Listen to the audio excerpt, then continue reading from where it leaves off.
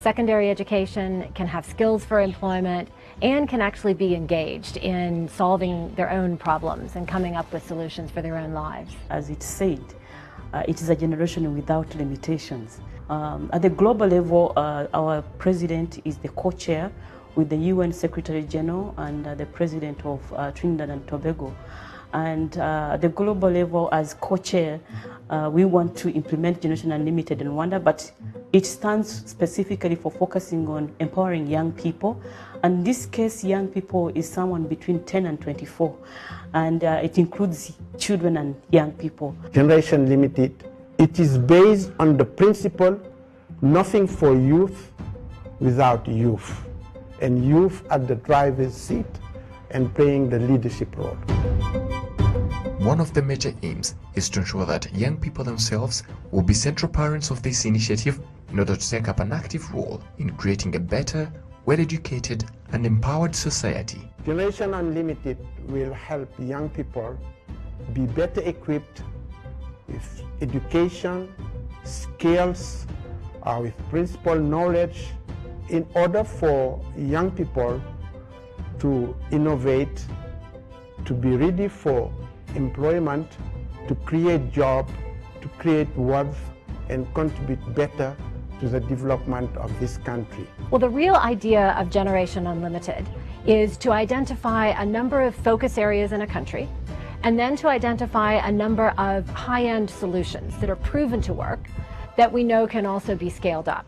And we will then use those solutions with private sector, with government, to find ways to reach as many young people as possible. And it is focusing on mostly on education, which is skilling. It focuses on engagement of young people so that they can have productive meaning in their communities. It is also focusing on transition from school to work, which is also focusing on job creation. That is entrepreneurship and employability. So these programs, which are threefold, focusing on education, which is skills development, and also focusing on engaging and civic participation of young people, and at the same time employment and entrepreneurship. Digital access for the youth, secondary education, youth participation and civil engagement are some of the areas that Generation Unlimited will focus on, amongst others. The initiative targets how the youth can acquire the proper skills to transition into workforce after receiving secondary education and the right skills set. There's always a problem between, or a gap between, when you complete school and when you join the labor market. It has been so slow. Over time, not only in Rwanda but globally, we are strategizing to put in place strategies that can help them by providing some of the soft skills that they need. Some of the research skills that they can identify. How do you identify an opportunity? How do you develop that opportunity? How do you develop your skills? They need to learn how to market themselves, so to speak, how to work in a work professional environment, how to take initiative. And these are things that young people often need to learn in a work environment. And so kids need these opportunities when they're young, also when expectations are young, so that we as adults understand we're not expecting them to perform as a 25 or a 30 or a 35-year-old, but we're giving them the chance to have the exposure. The Rwandan government has invested unlimited efforts in empowering the youth and putting them at the forefront of the country's development agenda, which makes Rwanda a perfect spot for the implementation of Generation Unlimited initiative. Well, we have a wonderful system already here in Rwanda, the National Youth Councils, which are not just at national level, but also go all the way down to the village level. So that's an excellent existing mechanism that can be used for young people, not just to do volunteer work to help out, but also to broaden that forum so that it's a space where young people can give their ideas, give their opinions. Let me say to young people in Rwanda that they are very lucky. And I do think that Rwanda is uniquely placed to successfully implement the Generation Unlimited. The President of the Republic is a global champion of this initiative. We do have already strong programs on youth. From the UN side, I could highlight the joint program on youth, including Youth Connect, I-Accelerator, the innovation lab, and all the elements that are important in supporting what already we are doing with young people. After this launch, different stakeholders ranging from the public to private sector are set to join hands to ensure that all young people can have access to secondary education, acquire the right skill set and training, so that by 2030 they all might be employed. It is a generation unlimited. You can go to the sky. It's not even the limit anymore. After Generation Unlimited is launched today, Thursday, over the next weeks, we will be working to identify those solutions, to identify what it will cost to scale them up, so that we can then say to private sector, to government, to multilateral development banks, these are the things that we know work. These are the things that we think we should invest in to make sure that we reach as many young people as possible. So young people in Rwanda, be bold, speak out, transform your ideas into action, and make sure that you contribute as usual to the development of your country and the development of the world. You are connected, you are imaginative, you are innovative, and you have the drive to build resilience and to build your communities. We count on you, you can count on you. Abishize amwe na kibananira turi kumwe.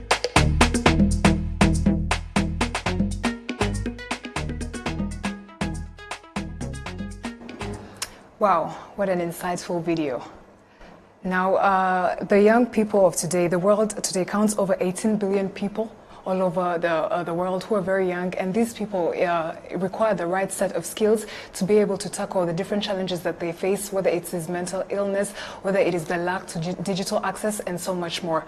Well, Generation Unlimited Rwanda is going to be bringing that to the young people out there, and we're excited to find out how these young people are going to learn. So today we're convened to celebrate the launch of Generation Unlimited Rwanda, and who better to join us than young leaders all over the country, and also those who are going to be joining us through WebEx to talk about how the young people of today can be able to come up with solutions and be able to solve the issues that the young people are faced all over the world and in society as well. So today I'm going to be joined by young panelists, and right here in Studio One, I'm going to be joined by Mrs. Arlette Akinjene, who is a mental health advocate. Thank you so much, Ms. Arlette, for joining us.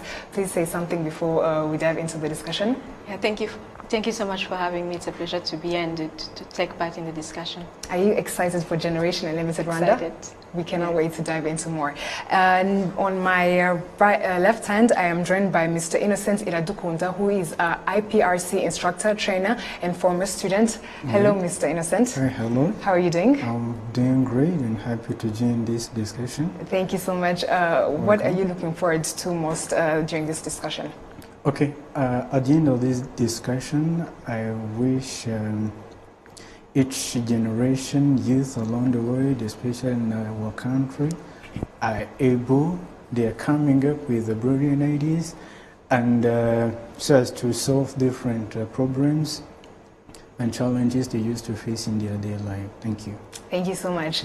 And up in the studio, we're also going to be joined by Mr. Boris Karenzi, who is a student at Kagarama Secondary School. Hi, Boris. Hi. How are you doing? I'm all right. Are you excited for this session? I'm excited. What are you looking forward to most? I'm looking forward to having a talk of where we're going to be talking about the skills and the better awareness that our young generation wants, hence having a good talk today. So I'm here and I'm pleased to be with you guys. Thank you so much. We're very pleased to be with young leaders as well. And lastly, in the studio, we're going to also be joined by Mr. Origen Igiraneza, who is CEO of Ogenius Ed, which is an ed tech platform. How are you, Mr. Origen? I'm doing great, thank you. Thank you so much for joining us. How are you feeling? Great, so I feel so empowered. I mean, this is a great conversation talking about issues that are facing youth and how we are going to be part of the solution making. So it's exciting. Thank you. What are you looking forward to most to find out during Generation Unlimited Rwanda? And we're going to be speaking to various people. What are you looking forward to the most? One of the things I will be looking forward most is maybe to enlighten some of my fellow youth about the opportunities that are outside here that they can leverage on, and also how they can be part of this big global movement. Definitely, there are very many opportunities out there, and it's up to us to go out and look for them as we strive to make our society even better. So we're also going to be joined virtually from Nairobi by Mr. Mohammed Fall, who is the Regional Director of Unicef, who will provide a regional perspective on the prospect for young people across Africa and the opportunities the Generation Unlimited program will create for them. Hello, Mr. Mohammed Fall. Hello, happy and proud to be with you. Thank you so much. Would you like to say anything just before we dive into the discussion? No, just looking forward to the great discussion with a very insightful video we have started with. I think the stage is well set. Thank you so much for joining us, and feel free to weigh in on whenever you feel like, and we would love to hear from what you would be able to tell us about Generation Unlimited Rwanda and how the society, as well as the youth most especially, can learn and grow from Generation Unlimited. Thank you so much. Thank you so much. We are also joined virtually by Honorable Minister Rosemary Mbabazi, who is the Minister of Youth and Culture, who will also provide perspective on how Generation Unlimited will unlock new opportunities for the young people in Rwanda and what to expect. Thank you so much, Honorable Minister. It's a pleasure. Thank you. Thank you so much. We cannot wait to learn so much more. And is there anything else you'd like to add before we dive into the discussion? I'm so eager and excited to hear what the young people expect from this program, and also looking forward to the partnership. Rwanda Ubuhanzi, and I mean, life would not be very interesting if we didn't have the creative and artistic industry with us. Take a look at a performance by Art Rwanda Ubuhanzi and let it soothe you as we get ready to dive into Generation Unlimited launch. Hello everybody, this is Art Rwanda Ubuhanzi team. We hope that you're going to enjoy this. Thank you so much. Ni wowe uruhura barushye ukabarinda ukabaha amahoro masa. Ni wowe ufite amagambo meza y'ubugingo. Mwami iyo ndushye urandura nababara ukanezeza. Ni wowe uvuga bikaba wategeka bigakomera. Ni wowe twiringiye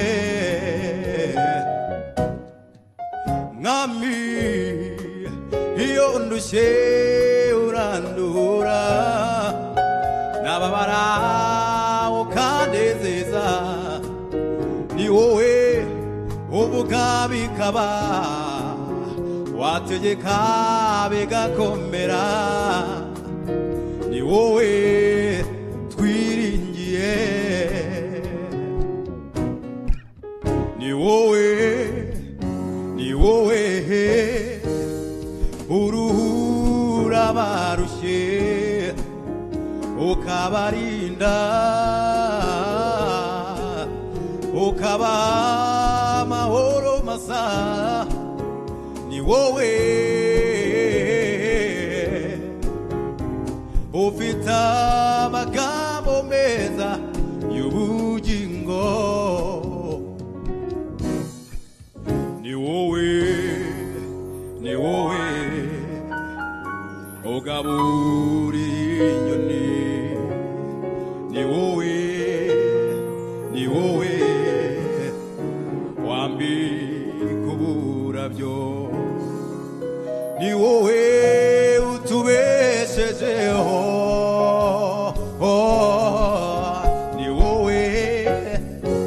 wowe urura barushye ukabarinda ukabaha amahoro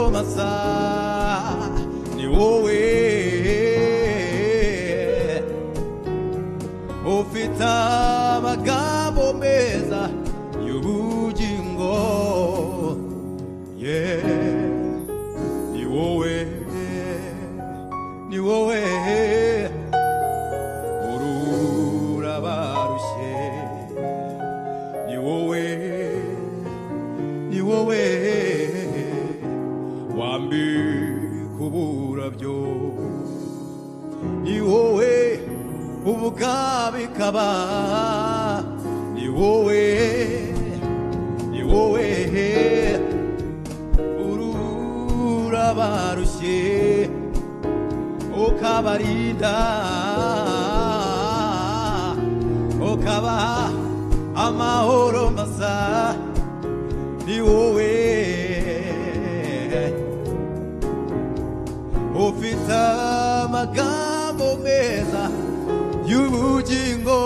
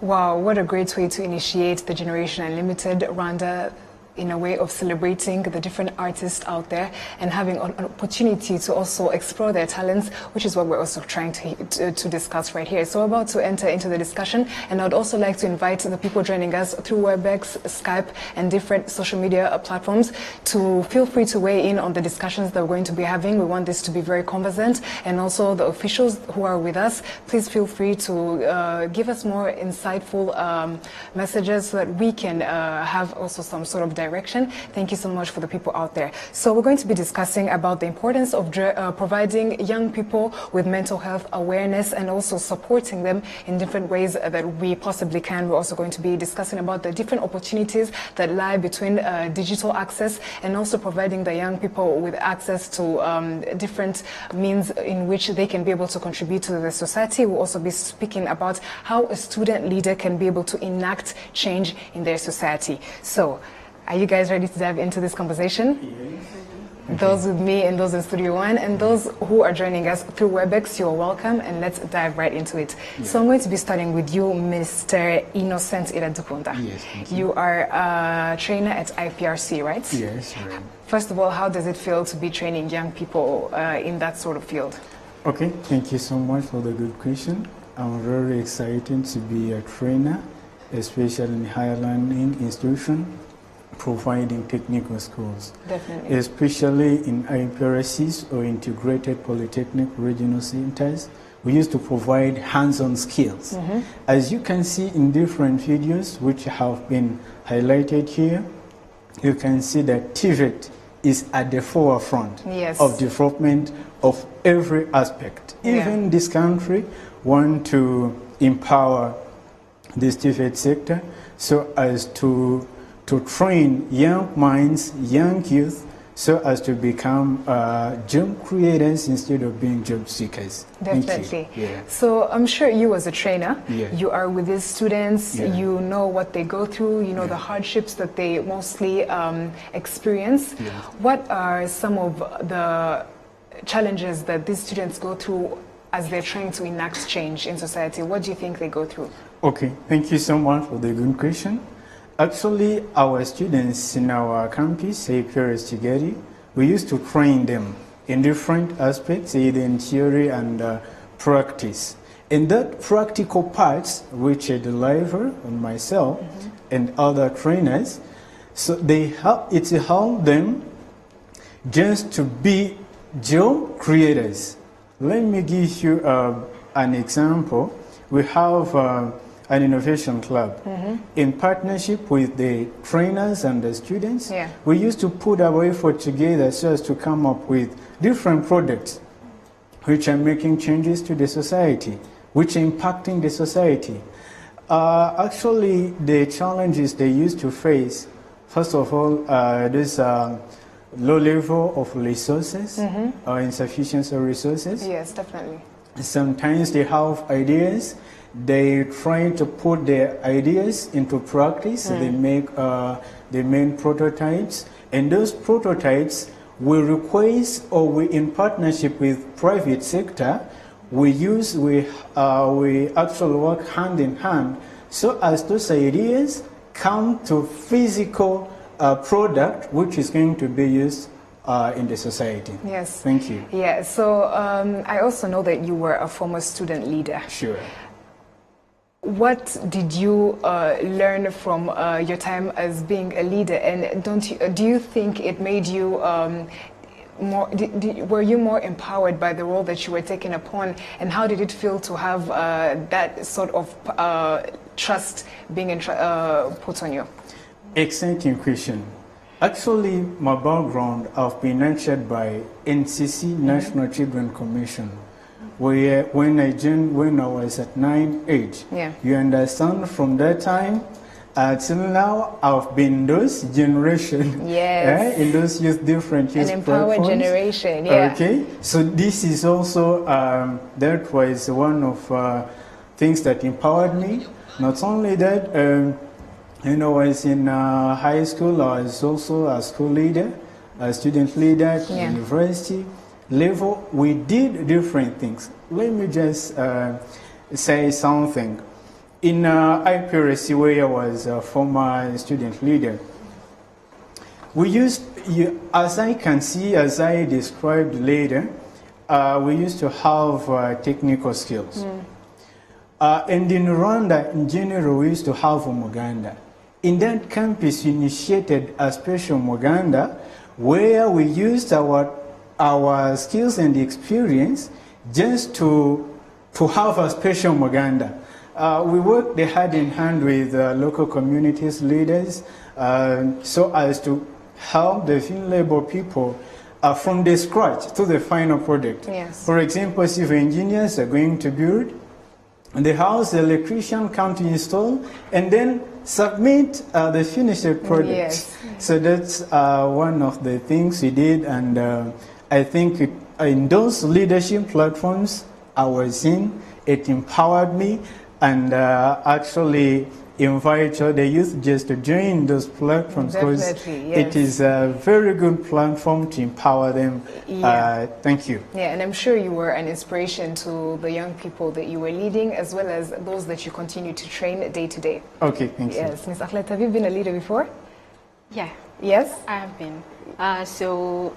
Actually, I think we have similar journey where I've also been participating in the Children's Summit, National Children's Summit. Yes. But at my high school, I've been in different leadership positions, so including being a head girl. But when I also went to university for my passion for health, I was the minister of health at my school. So even in other areas where I'm not at the top, I feel like I've been able to develop leadership skills. And definitely, and I mean, the youth of today are the future leaders of tomorrow, and we can even start right now. So what better way to do that than to take up leadership roles and be the change in society that we want to see in, as we grow.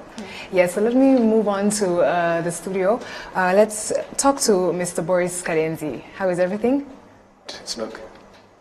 You're okay? Yeah, I'm all right. Okay, thank you so much for joining us once again. So I would like to ask you, how can young people use their skills and voices to be able to affect change in their society and as well as their surrounding? You being a student in Kagarama Secondary High School, have you ever faced that challenge? Have you overcome it? Are you trying to enact change yourself? What's the situation? Yes, I've tried to face that challenge. But what I can say is there is still a problem of mindset, where people can see the younger generation as the people that are not able to do some bigger opportunities, e.g. jobs and etc. But then what I really think that happened at that time is they were still having the mindset of saying I'm still young, but then the capabilities and potentials put me in different fields, right? What we need to do as a younger generation is us to promote awareness again, sensitization again, but then enact change by putting different ourselves in different fields. That is, we can help our parents be put in their businesses. We can help our parents in doing things that are relevant to what we study at school, and which is something more important to us and our parents and the society at large. So let's remove the mindset of saying that we are young, but then we improve on the mindset of saying the younger generation is capable and has the potentials. Thank you. I definitely agree with you, and also maybe my panelists can be able to weigh in that issue of mindset. Some of the youth out there believe that if I'm not going to do it, someone else probably will. Or there is also an issue of procrastination, which I'm sure we tend to go through. I mean, we're not all perfect. So how do you think we can tackle that issue of procrastination, and also believing that I'm sure if I'm not going to do it, someone else will. My neighbor will do it. I mean, there are 18 million youth in the world. I'm sure if I'm not going to be a leader, someone else will. How can we tackle that issue? And you guys can be able to weigh in on that and give me your opinions. Well, how we can be able to solve this problem is, let's give a chance the younger generation, right? Let's give them a platform. Let's give them a field of work. Let's give them the opportunity to work accordingly and do these things. Because even if they get mistaken about different things, you can still teach them. And this is how they're going to grow, in the way you grow too. You're not going to leave a kid back at home to sit back at home, eat food, but then doesn't do something productive. You must let them follow their passion. At times, that is also needed. Because if a child is a public speaker, let them go to different camps. Let them go to upskill their potentials. Let them go to different fields again, where they can meet other people and share skills. let them know that they are capable. That is when they will have to say that if I don't do this, then there is no one doing that. So the younger generation needs a motivation from the elder generation where they're going to be telling them that you're capable and you can do this, and then the younger generation weighs in their potentials and then moves on forward to the development of the country as a whole. Definitely, which I'm sure Generation Unlimited Rwanda is going to be doing. They're going to be providing the support that the youth of today need to be able to feel confident and take the step forward to look for these opportunities, to be able to have access to digital tech, and to be able to have the right skill set to go out and look for jobs out there, employment opportunities, which I'm sure Generation Unlimited is going to be doing. But it's up to us, as well as the support from the government and different entities, to be able to do that. So let's dive into mental health. Now, mental health is definitely, and before I even dive into further, can we know what mental health or what is it exactly? Because many people tend to think it's possibly an illness, or others think it's a disability. And you, as a mental health advocate, I'm sure you possibly have more information to that. Yeah. Thanks, Martina. And I think it's the reality is that there is no consensus on actually the definition of mental health. Yes, definitely. And but some of the definitions have mentioned that mental health is encompasses your social, emotionally and psychological well-being, and that affects the way you relate with people, the way you work, the way you cope with stress. So mental health, you could have a positive mental health, or you could have you could be struggling with your mental health. And sometimes we have stressors in life, and there are expected reactions that you would have when you face any life-challenging situation. So, for example, if you lose someone, it's expected that you're going to be sad. But then it becomes a mental illness when it's becoming repetitive, but also it's interfering with your day-to-day life. So that's why maybe I can make a clarification between the mental health and mental illness. Thank you so much. So you, as a youth advocate for mental health, what are some of the challenges that people who go through such such issues such as mental health, what do they go through? How do they feel? Are they judged by society? And how can we better their involvement in society? How can we make them feel included so that they too can understand that it's not a disability, it's not an illness, but we can overcome it together? That's a big question in itself. We can break it down. But yeah, I'll break it down. So we can start with the challenges that young people who struggle with mental health issues are facing. And I think the first one that most of us know is the stigma. Mental health issues are still considered as a Western thing. Yeah.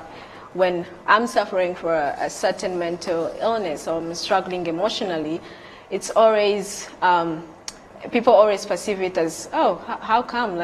That's not Rwandan. We do not have it's that. It's not African. It's not. Thank you. Yes, it's not African. So there is still that stigma that it's a Western thing, and also I feel like there is that perception that we are a spoiled generation. We have everything.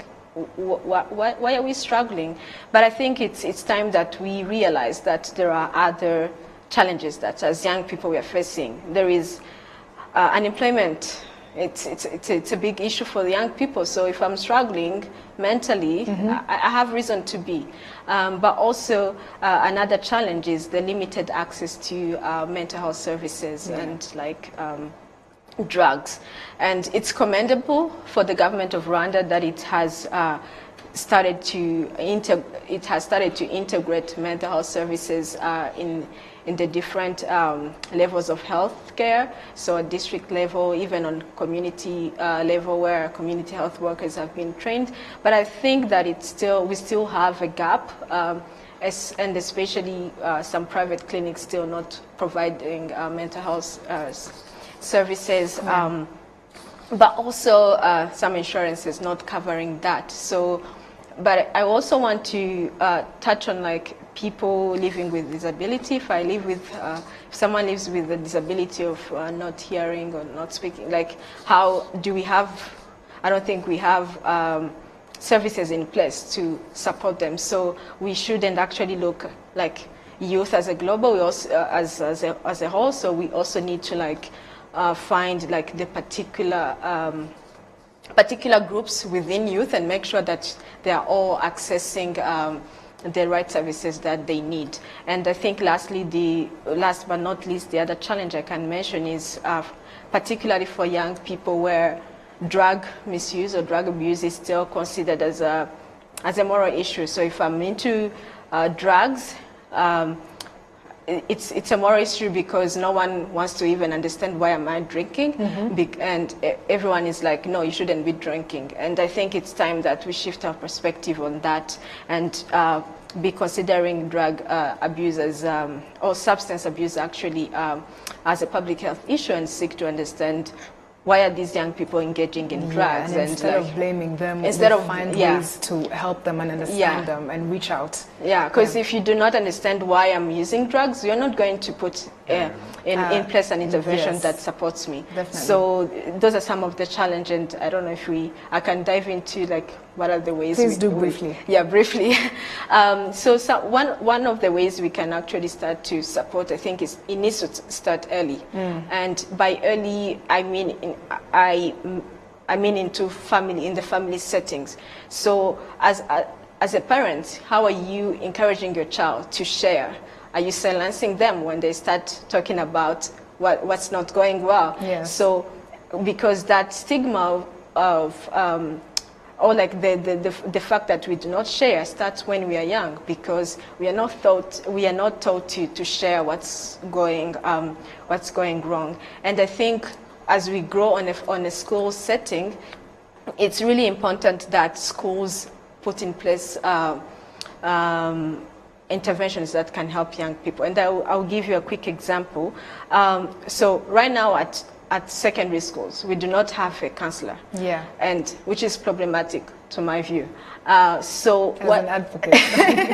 yeah. I don't know, maybe there are some schools, but I don't know any schools there are very few. Yeah, there are very, maybe, yeah. I'm sure at IPRC there is no...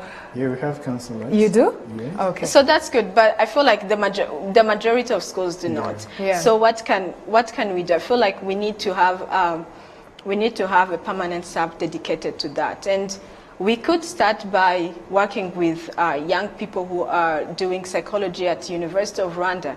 How can the University of Rwanda help us provide young people who can go do their practicum at schools? Yeah. We have the National Internship Program that could provide stipends, so the young people are able to actually do their work. They're able to get to schools. So, and that can start as a pilot project to inform the decision makers and prove to us that actually this is a needed service at schools. Yes. And I think we can dive into other, but those are the things. For now, thank you so much for that insightful message that you've given us. It's very important to understand that mental health exists, whether it is negative or whether it is positive, because that's the only way we can enact change and help these people who are possibly suffering from that, because they may feel isolated in society and they may feel like it may lead to different bad things such as suicide and also having suicidal thoughts, even though the act is not possibly put to an end, but they may have those thoughts. And what better way to stop that from even getting to that level than including them, making them feel like there is a place for them, helping them find purpose. And that's very true, and it all starts within the high schools, providing counselors, which is very important. And I think if I add a small thing, it's important that we validate our struggles. So just because I'm suffering with depression, it doesn't neglect or undermine the other struggle that someone is facing. So we need to we need to really validate our struggles, and also teach young people, equip with young people preventative measures or healthy coping mechanisms that they can use when they are struggling. Excellent. hopefully. Yes, thank you so much. So let's move on to the upper studio yet again. We're going to be talking to Mr. Origen Igiraneza, CEO of Ogenius, which is an ed tech platform. So Mr. Origen, I would like to ask you, could you please weigh in on some of the ways that young people in Rwanda and also possibly all over the world, as we are being joined by so many people, how young people are leading change in their communities? It can be either in schools, it can be in the industry, it can also be in the local communities, because I mean charity should start at home. Yeah, thank you very much. As you mentioned, my name is Origen. I represent a startup company called Ogenius Priority, which focuses on creating educational content to ease teaching and learning, focusing on science because of various reasons. First of all, the way students are practicing science, you find that it's very limited. Few people can access those resources. Thirdly, I will refer to the research that was made by UN recently. It was last year when they published it. They say that 78% of the world population, young people whom we are addressing today, believe in science. And majority of them, they are coming from these developing countries, but they are taught theoretically. So the way they can drive change would be, first of all, how do we identify these challenges we are facing as an opportunity for us to grow? And that brings in a component of problem-solving skills, whereby everyone, despite of your background and things that you are going through, you can just think of a solution and start. You know, there is this thing that I would advocate for, which is think global, act local, whereby you can start with a solution which in a community that you can address, but again, think how far it can go. This is something that we have observed with our EdTech platform, which is not only being used by people here in Rwanda, but has also gone abroad. We have 10 countries across the world. I'm not going to mention only Africa. People in Australia, they have been using our content. So in a nutshell, what I would say is that for us as young people to be part of this bigger movement, there is a need to start thinking of the solutions. And for us to start thinking of those solutions, we need to go back on how we identify, how are we trained to get ready to scoop those opportunities. Don't come here and tell me that you identify an opportunity after your graduation. No, that's wrong. So it should start from a very grassroots level.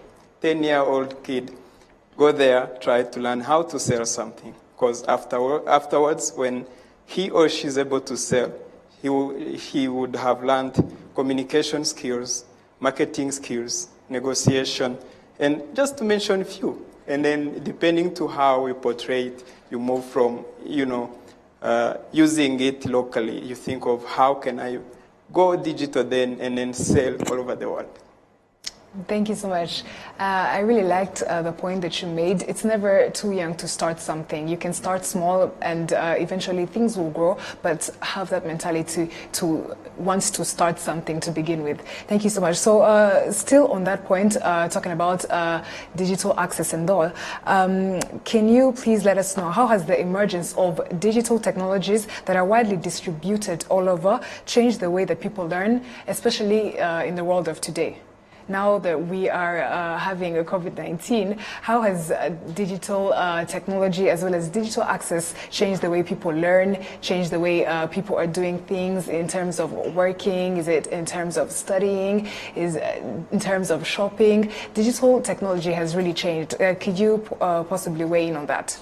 Yeah, eventually there are so many things that have been changed by technology. And if we didn't have technology currently, we could imagine the disaster would have happened to keep all the students, millions of students at home doing nothing.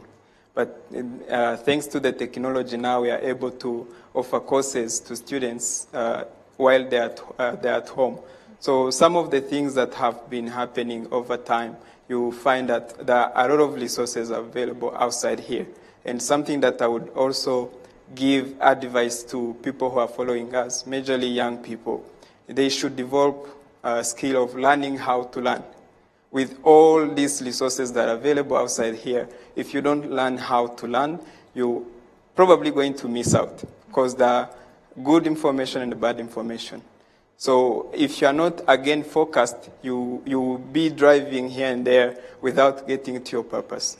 So if you focus on learning and then find out your passion, and that passion make it as a currency to sell, and you start learning about how do I develop this. There are so many tools outside here that will develop you, will help you upskill your competencies.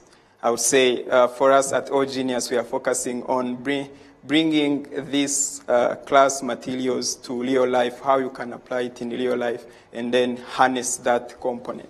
But there are other international resources. You can think of Coursera, where you find a course about, let's say, marketing, about things like web programming, about graphic designs, about even writing content, because all these skills are needed outside here, and they would help you not only to, it's something that you can sell all over.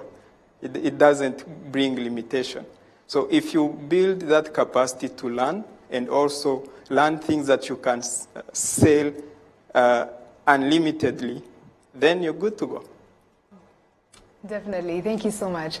So, Mr. Innocent, you as an IPRC trainer, you're always interacting with the students. Sure. How do you think digital access or digital technologies can be able to enhance the change that these young students can be able to enact in today's society? Okay, thank you so much for the good question. I also appreciate Mr. Origin for the good presentation he did. So in these days, in this digital era, there is no choice, either for the youth or adult. There is no choice. You have to adapt ICT. We have to adapt ICT in all aspects.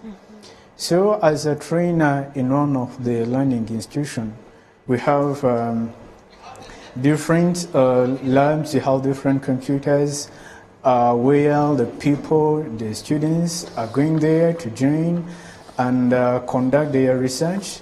That is one of the way. There are other platforms that government of Rwanda initiated, like hubs like Lab and Fab Lab. Those are the platforms that was initiated by government of Rwanda to help the learners, the youth, the young generation to go there and conduct their research so as to make their ideas into final products. Actually, that's it. In addition to what Ms. Orgen has said about how the youth are leading changes in the society, as I described in the state of education, as example I highlighted for the innovation clubs we used to have in our campus, it is really contributing to the people around the campus. So to have idea, it is one thing. To make it work, it is another thing. When you look at the local communities, youth are leading the changes in their communities. Let's look at one of the platforms, NYC, National Youth Council, the youth volunteers. For us to come in our home, to reach here, you can see different youth with yellow jackets who are always teaching us, who teaching the old and wide, the best way to mitigate, to prevent this COVID-19. They are doing a great job. Look at the doctors and nurses who are giving their best, who are giving their lives to risk so as you and me to survive.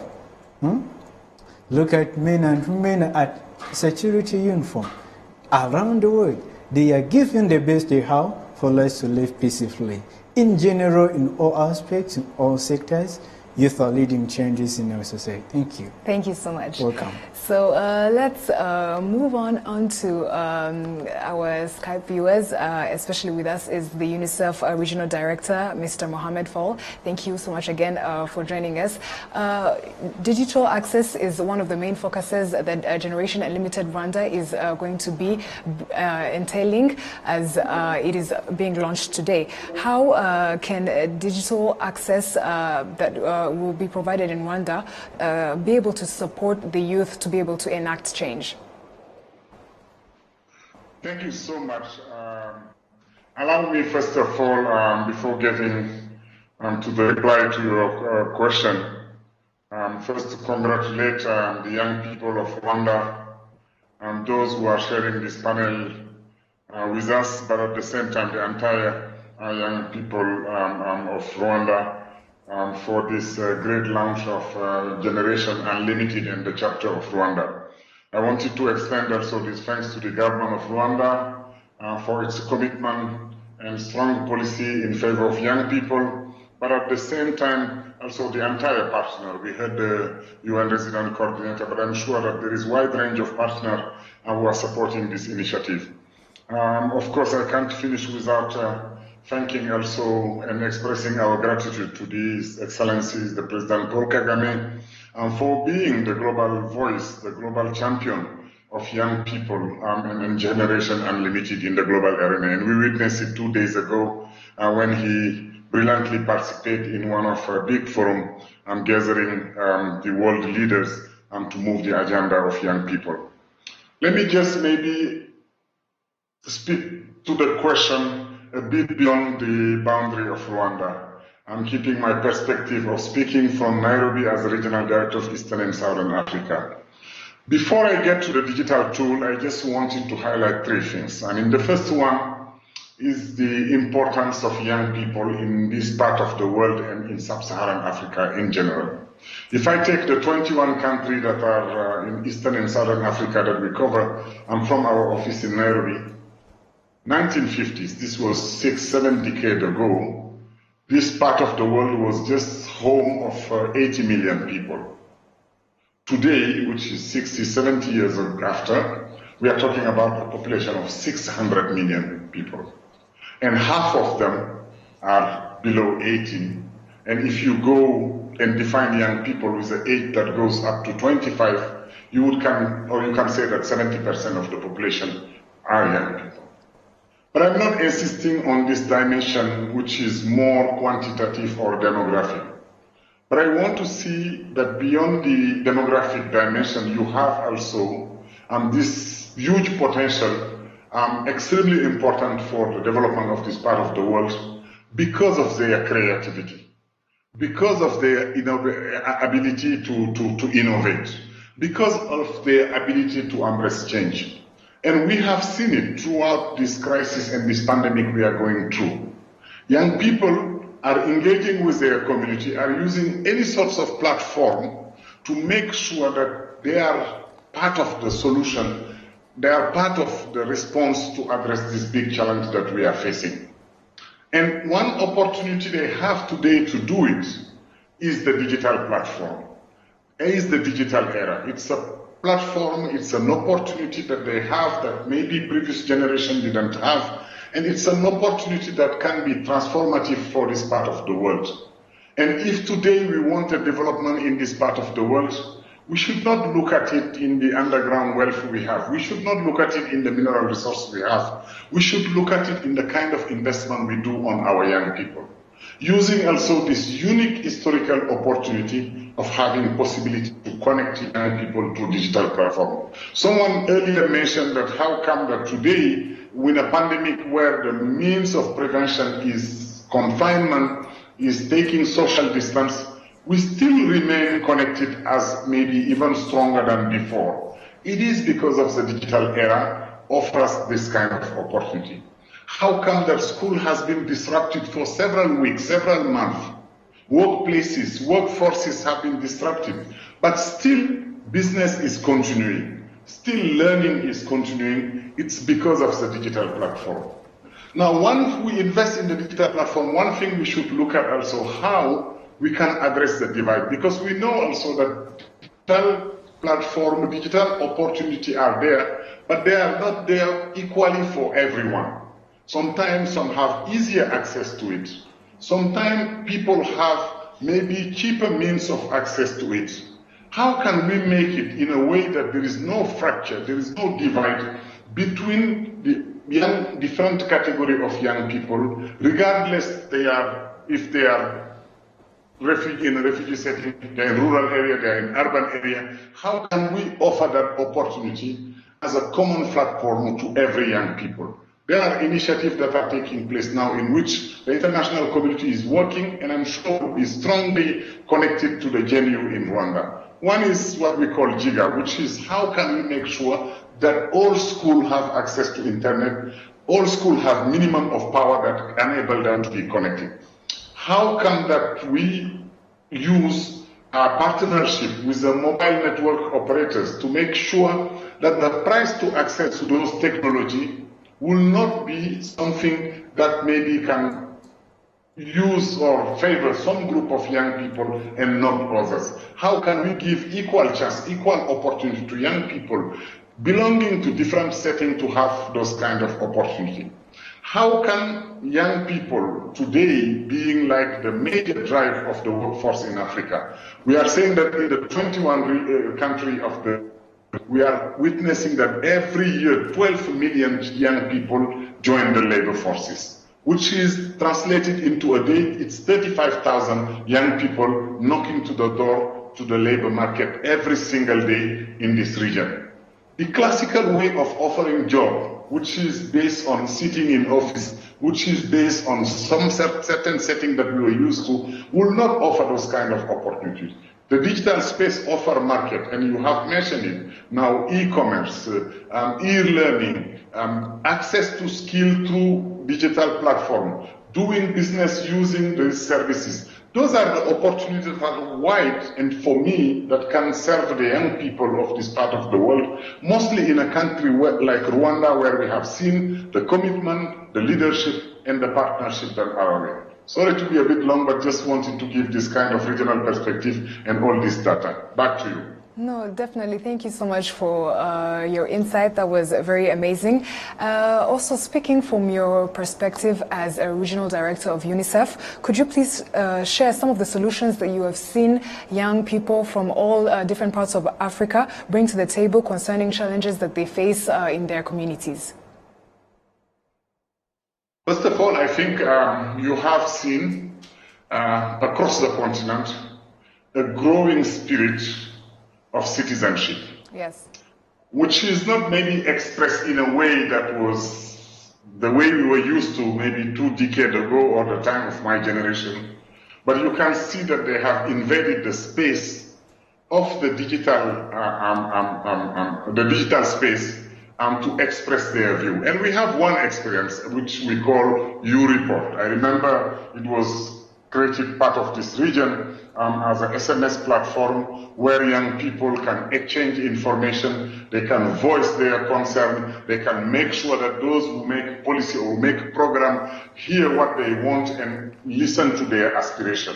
I think that's a platform that was going on and that was widely, I think today it connects over millions of people. I remember when I was country representative in one big country of sub-Saharan Africa like Nigeria, we had already close to 3 million people. In this region of Eastern and Southern Africa, today we are talking about over 2 million children or young people who are connected through this platform. And this platform is not only for them to hear their voice, it's also to be at the service of their community. Like for example, when you have a pandemic like the one we have today, there are means of prevention such as social distancing, such as hand washing, such as wearing masks, such as, recognizing what the symptoms are, and when you start feeling the symptoms, what you should do. And the young people are massively using those kind of platforms to contribute to the information and to the dissemination and to the engagement and the mobilization of their community as part of the response to the COVID.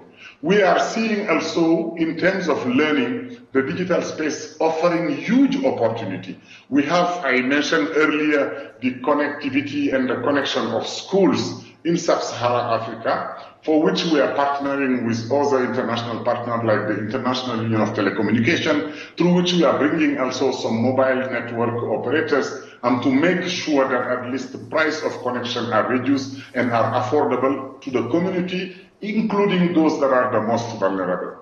But I think the point I wanted to mention also here is that we are creating a hub of distance learning. We are creating a passport which allow curriculum of countries to be developed and to be positioned in a digital center which will be accessible to everyone.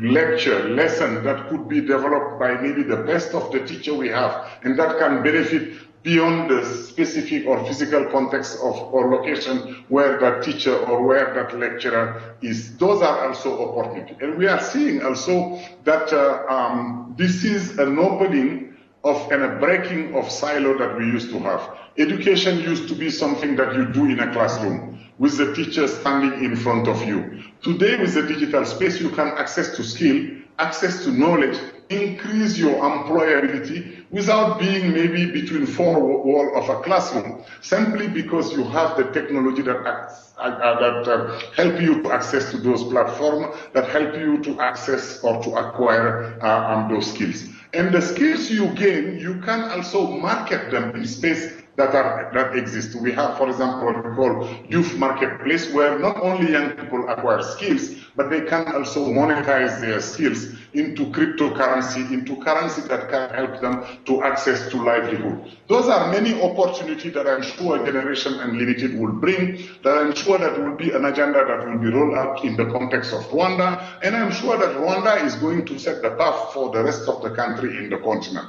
And we have seen it recently in so many initiatives like Youth Connect or initiatives that are linked to the digital era, on which not only Rwanda is doing so well for its youth, but Rwanda also is helping and is inspiring, is setting the blueprint for the rest of the country of this region and for the rest of sub-Saharan Africa, showing them the way on how to transform the demographic number and the big number of young people into a dividend for the future and for the development of sub-Saharan Africa. Back to you. Thank you so much, Mr. Mohamed Fall. I liked the part where he said you do not have to be physically there to acquire the skills and knowledge that you may need to enact yourself and also be able to acquire the skills as well as look for the job opportunities that are out there. Thank you so much, Mr. Mohamed Fall. We would also like to welcome again Honorable Minister of Youth and Culture, Rosemary Mbabazi. Thank you so much for being with us again. Thank you too. Yes, so what does Generation Unlimited Rwanda chapter build on, and what new services as well as programs can young people expect from it? I want to take this opportunity thank you, moderator. Yeah, for the studio. You're doing an job. Thank you so much. I felt like just to not say anything, but just there's a lot of exciting ideas. And as you said, we are running. Yes, now I can hear you. You can continue. Okay, I felt a lot of echo. So I was just saying that I take this opportunity to thank our leaders for spearheading this good program, which is also built on existing initiatives like the regional director for Unicef has mentioned. We are building on the strong leadership and the strong will of our leaders to ensure that the young people, but also given the platform to ensure that they do what they can do best. Yes. As you rightly ask, this program is a partnership between the UN family and also the government of Rwanda, the partnership with the civil society, with the private sector, and also for the young people. That's why we have the panel out there speaking their mind and also speaking about the innovations. So what the Generation Unlimited is going to focus on in Rwanda as we launch today, we are looking at mostly how do we enhance secondary education and skills that is mostly looking at how do we have more young people transition from primary to secondary and from secondary to tertiary education.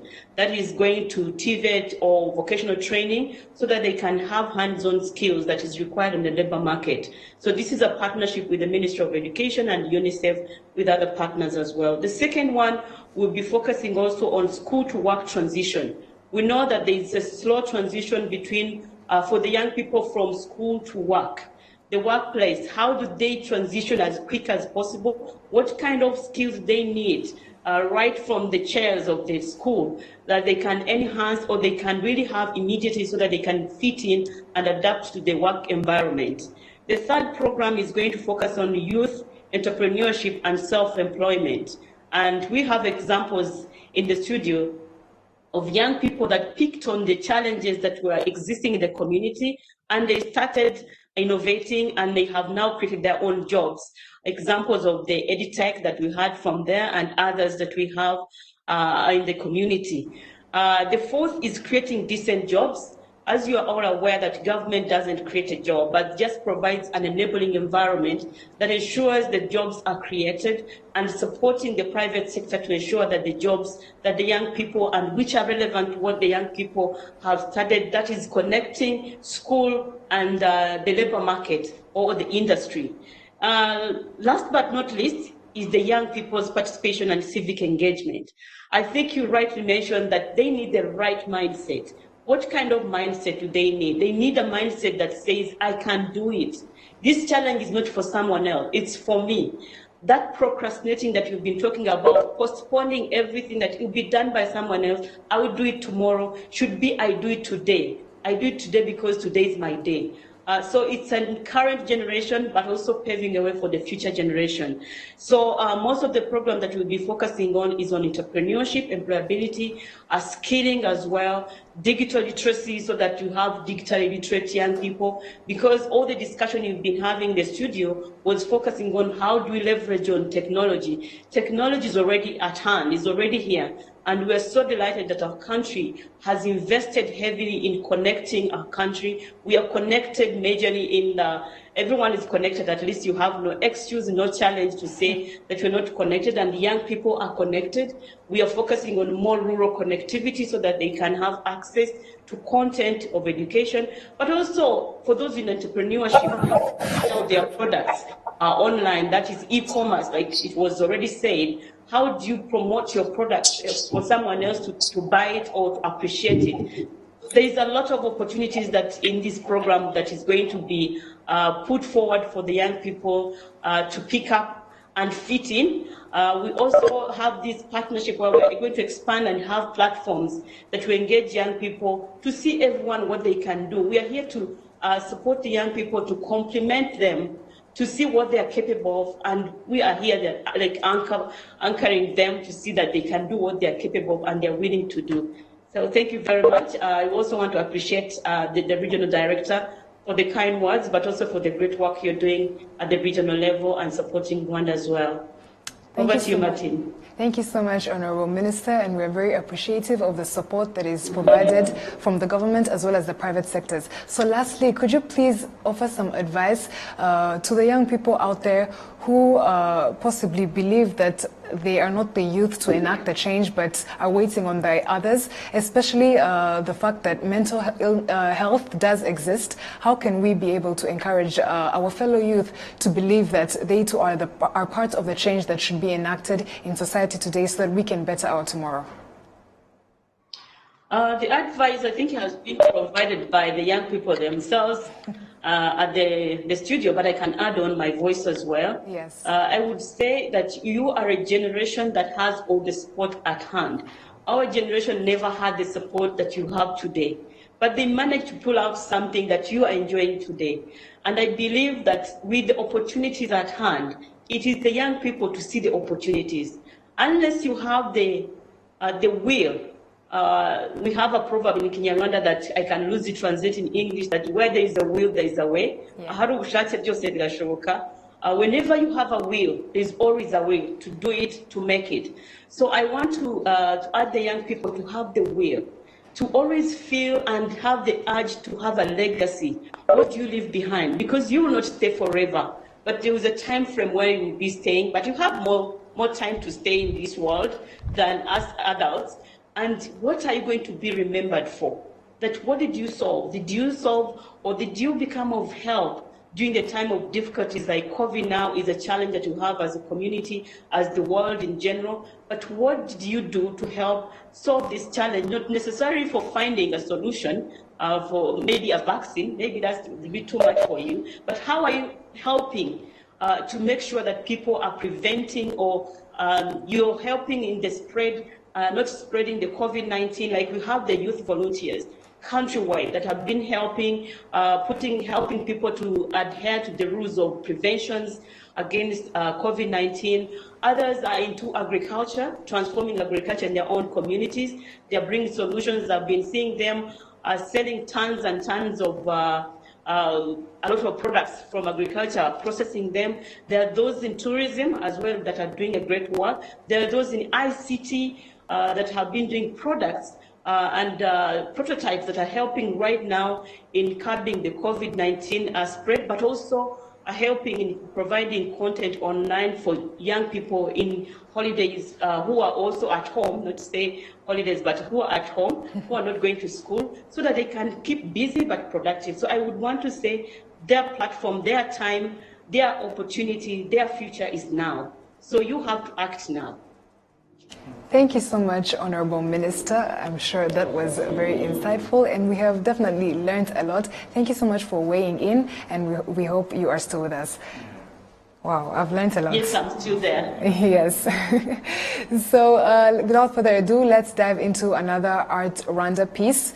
Let's also take a look at how the young people of today are using the creative industry to be able to enact their own change. Take a look. Kuchi. Why?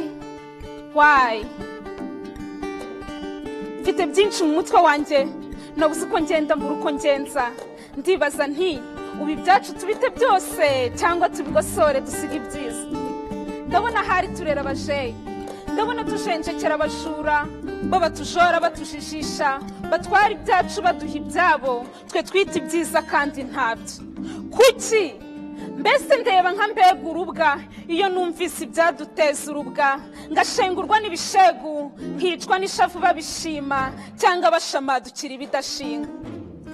Well, my generation is falling down with the bucket down. Thought they are winning in a bad manner, smoking become their dinner, chatting without sleeping, no learning but studying. How to know themselves, how to destroy their life, their future, their character.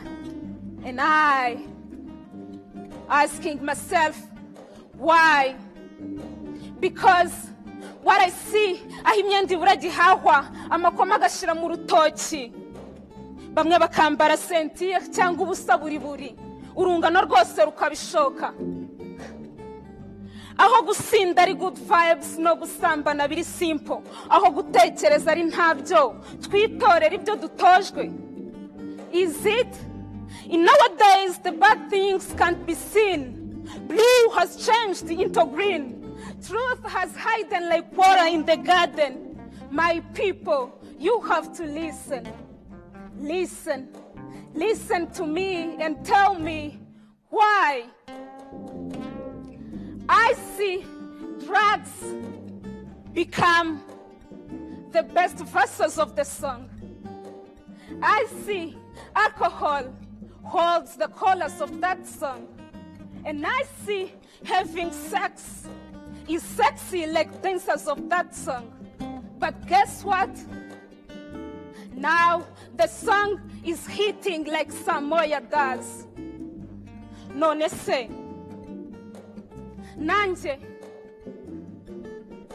Nanje nk'urumogi rungire nkazezenje nk'inzoga nyinshi mbe nk'agakwege nanirwe no kwigurira agatenge aho nyuze hose nitwa ikiburabwenge. Why?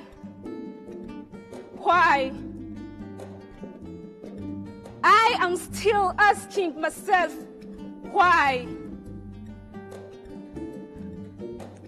Iyo mbona umukobwa tungana mwiza cyane waba na misi cyangwa umusore rudasumbwa ariko ugasanga asa n'umusaza mbese asaziye mu businzi intsinzi ntayo ari se gihobe arasa nk'uwasunnye kugira icyo akora akayoga kamugisa akazizi naho agatabiwe n'akotsi ahora ari swing cyangwa high. Is it? Why? And this is killing softly and slowly. It's a business of spending, no gaining. For real. Brings happiness that hurts. Why? None se. Iyo mbona umwana wa 14, wa 11 cyangwa 9 y'amavuko arimo kubyara uwundi mwana nibaza nimba uburera ahabwa ataranatora ibyo murabyumva azabutoza uyu uri kuvuka bikandenga ngatangara nkanibaza byinshi muri nge rwose. The repeated question, why? Because I am still seeing the bend of a generation, no action, no direction, no selection, no attention. With questions, because all of these are going to kill them. And soon, we are going to lose our unity, our humanity, our dignity. When the hari nasaze, maybe ninjye musazi usari ino utazi bigezweho. Gusa uyu munsi ndabona rwose nasaze, ariko umusazi nawe arasara akagwa ku ijambo. Reka nkubwire, nihazagira uzagushuka agushukisha kashi cyangwa ikindi ngo akujyana ahandi ugiye gukora ikindi utapanze cyangwa utahanze, wenda ashobora kukujyana i Burayi ukaba kabwera, cyangwa se akakujyana ahandi hose ugapfuga kwera, ugasanga ya sosi yawe nziza wahoze utetse arayihiritse maze yose iramenetse, ugasigara wibaza uti kuki.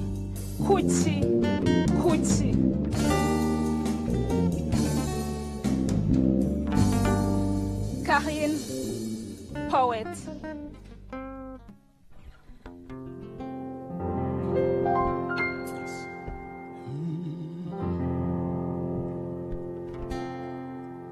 What a wonderful, what a wonderful, what a wonderful world.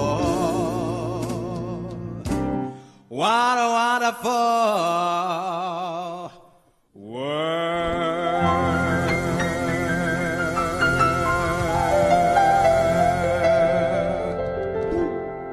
Thank you so much. Come on.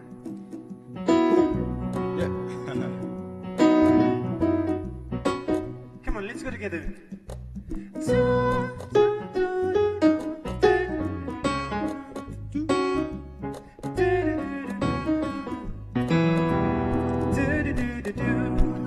Don't worry, baby.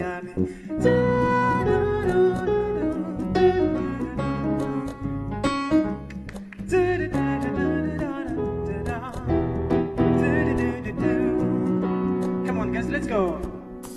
Here's a little song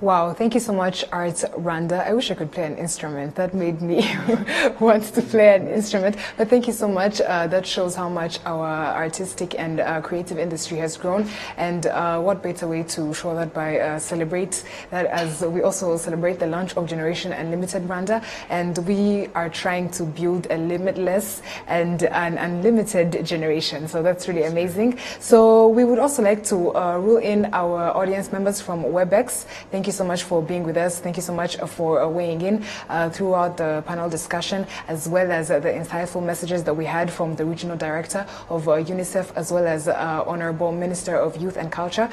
Are we together with Pascaline Omulisa?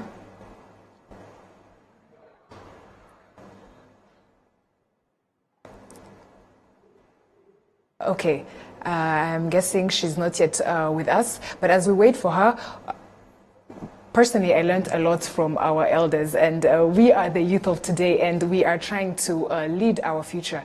We're trying to lead our country, Rwanda, as well as different youth out there all over the world who are trying to be able to take their country to greater heights.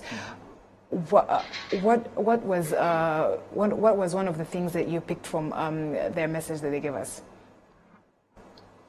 You want to start? Yes. Okay. Okay. Thank you. What I got is that this is our time. Definitely. Our turn to shape the future we want as the youth. They have been knowledge in different things, but as youth, we need to learn these three things. ICT at the first place, TV to know regardless of your profession, to do something. The last but not the least, communication skills. It has to be empowered for any person. Let's say you learn how to do different things. You learn those professions. You have been taught to talk to the machines and equipment and tools, whatever. But you will also need to buy yourself, to express yourself to the local communities. So we'll need that communication skills so as to send your ideas. So as to say your ideas in order to gain supporters, to gain financial supports, so as to come up with brilliant ideas and products. Definitely, communication skills are very important. We need to also be able to communicate with each other so that we can help each other as we tried to build a better future and society. Yes, so back to our WebEx audience, we are pleased to be joined by Roberto Benes, who is the Director of Generation Unlimited from New York. Please weigh in. Would you like to say something?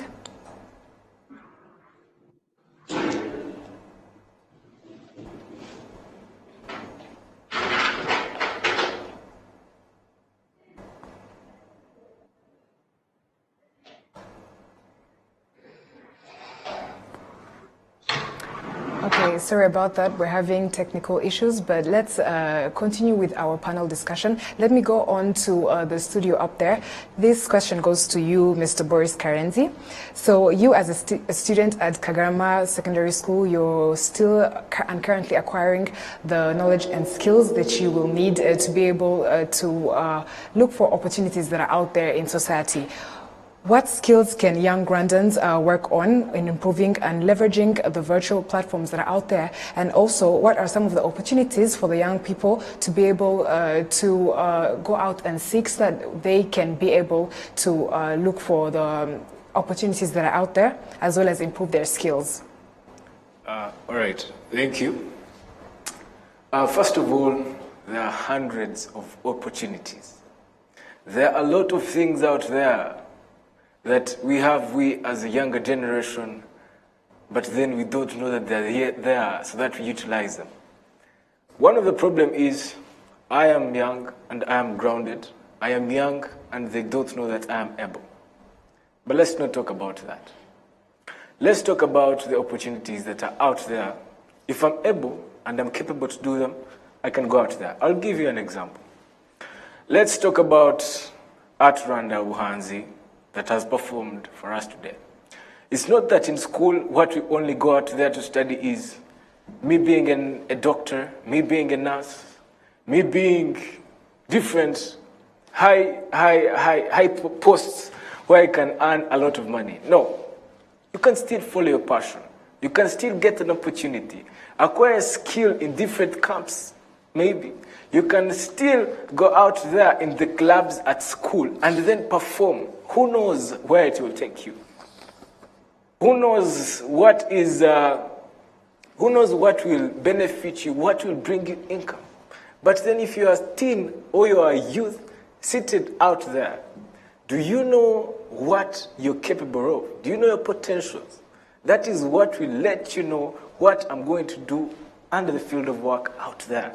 But then if you're so reluctant and dormant for you not to think of what is proper for you and what your potentials portray you to go, then that is when you'll not acquire the skills, and that is when you'll not properly perform in the field of work. But then talking about job opportunities, the vital ones, yeah, there are a lot of them. There are millions of them out there, but then it's on us to know how we are doing it, on us to know how we are coping up with these things. Thank you. Thank you so much, Mr. Boris Karenzi. That was very insightful, and I also like the fact that you said we should be able to look for these opportunities. We are young and we are able, and that is one of the most important things that we need to understand. And precisely, if opportunities do not knock, please go and create your door, which is one of the things that we need to understand. So I've been told that WebEx is back on track. Yet again, we are pleased to be joined by Roberto Benes, who is the Director of Generation and Limited and is currently stationed in New York. Thank you so much for joining us, Mr. Roberto. Hello, good afternoon. Can you hear me? Good afternoon. Thank you so much for being with us. Fantastic. First of all, let me thank you for being part of important event, this important celebration. And I also want to thank Rwanda for an example for the world as one of the first countries to launch Generation Unlimited. We are so happy that this is happening because we've been following Rwanda closely in the last months and years since the launch of Generation Unlimited. And I know that there is a tremendous work that was put into creating this agenda and building already on the tremendous commitment of His Excellency President Kagame for young people in the country. And having young people present at this event is precisely the illustration of the potential of Generation Unlimited, ensuring that nothing is with young people, for young people without young people. And none of this would have been possible without the visionary leadership of His Excellency the President Kagame. Not just for Rwanda, but also for the world, because he's one of the global co-chairs of Generation Unlimited since the beginning. When I was in Kigali last year in October during the Youth Connect event, I could see firsthand the leadership and the commitment of His Excellency, and directly interacting with young people and convening inspiration and hope, not only for Rwanda, but for the entire country. And I also want to recognize the leadership of Honorable Innocent Babazi, always at the forefront of Generation Unlimited in Rwanda, and always an example for other countries in the region. And other honorable ministers as well, private sector partners, the United Nations family, civil society, and young people. This is an example of how an entire country can get together around its most precious resource, its children, its young people, its new generation. And this launch comes at a critical time. Not only is the world population, and perhaps as we heard from the panelists, also young people are faced with deepening challenges as a result of the COVID-19 pandemic. But this is also shows that we have an opportunity. We have an opportunity of using the innovation that is there, the connections that are there, the energy that is out there, and also the attention to young people that is out there to turn a challenge into an opportunity, and ensuring that we can work together to have all young people connected to the internet, all young people connected to digital opportunities for learning, for skilling, for remote work, for livelihood, using the latest technologies. Earlier this week, the United Nations Secretary General convened world leaders around this message through Generation Unlimited. And there was an important call for action to global world leaders to connect every child and young person to the internet and to opportunities for modern education. And His Excellency President Kagame was one of the most prominent leaders speaking, And he delivered powerful and inspiring words on the need of investing in the future of young people, and highlighted the unstoppable positive impact that young people can have on the world. We want to use this word, and we want to use your launch today to inspire other countries to follow. In other countries, Generation Unlimited, like in Rwanda, will help accelerate investment and public-private partnership to scale up good programs and solutions for young people. This is what we do in country: accelerate scale, accelerate opportunities, but also create new opportunities for young people to come together, to reflect on their challenges, to use their creativity and innovation to find the best possible solutions for what are the challenges that they have, but also to realize the dreams that they have. Focusing on education, empowerment, entrepreneurship and employment, mental health, as you said, and young people. This is what Generation Unlimited is doing by creating a society-wide platform.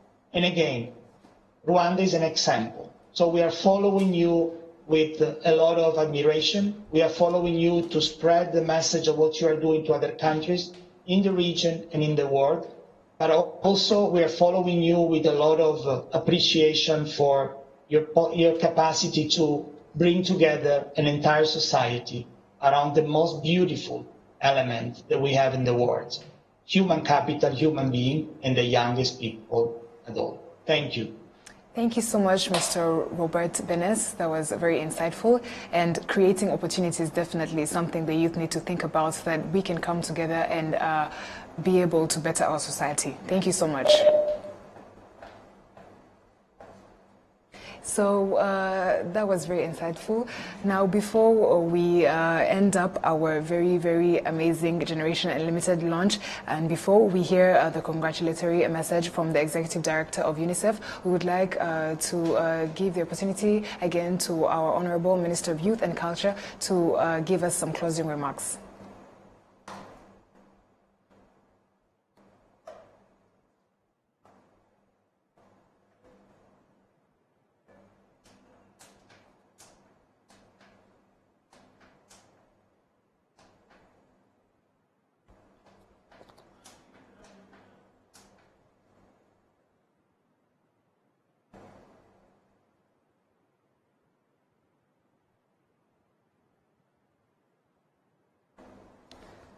So we're having some technical issues. As they sort that out, we have a congratulatory message from the Executive Director of UNICEF, Ms. Henrietta Fore.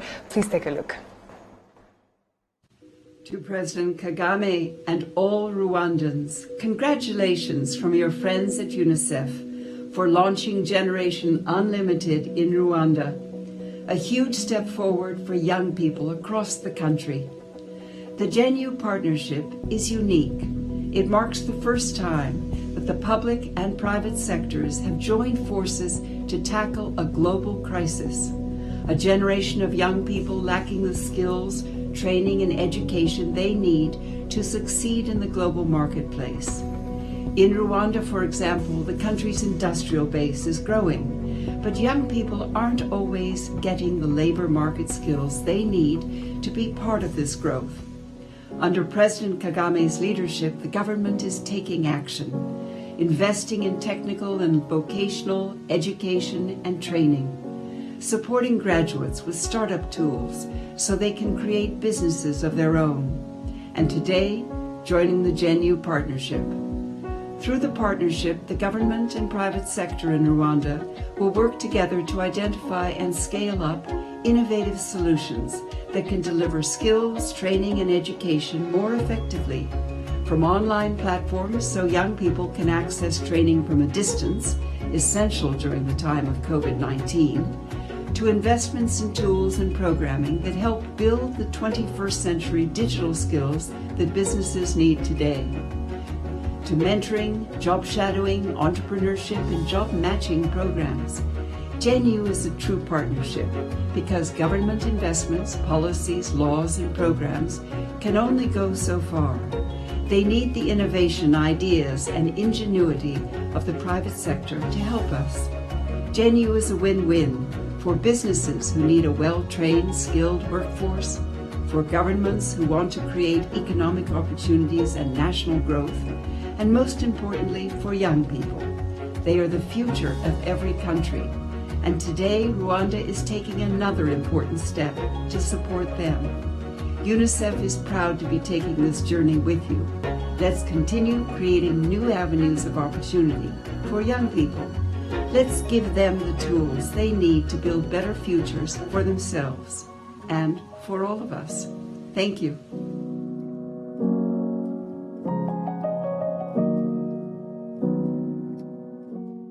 Thank you so much, Executive Director of UNICEF, Henrietta Fore. We are very excited that Generation Unlimited is finally launched in Rwanda.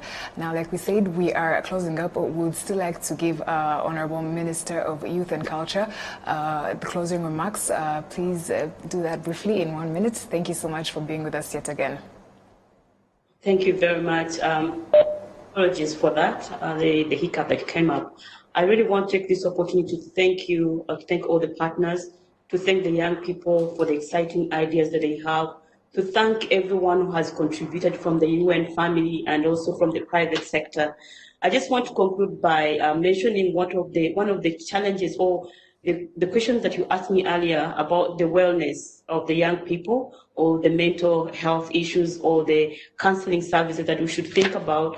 In this period of the pandemic, no one planned it and no one thought it would ever happen.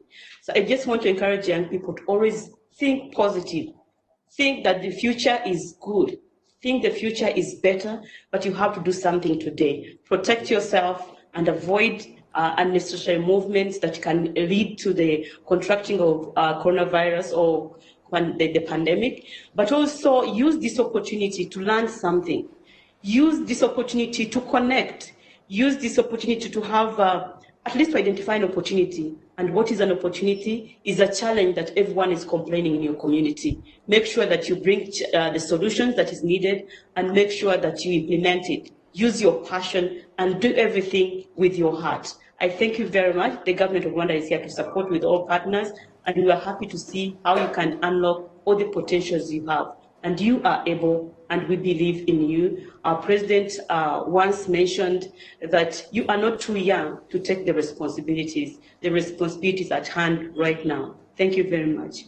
Thank you so much, Honorable Minister. We are very grateful for the support that is being provided by the ministry as well as the government and the different stakeholders. Thank you very much for the closing remarks.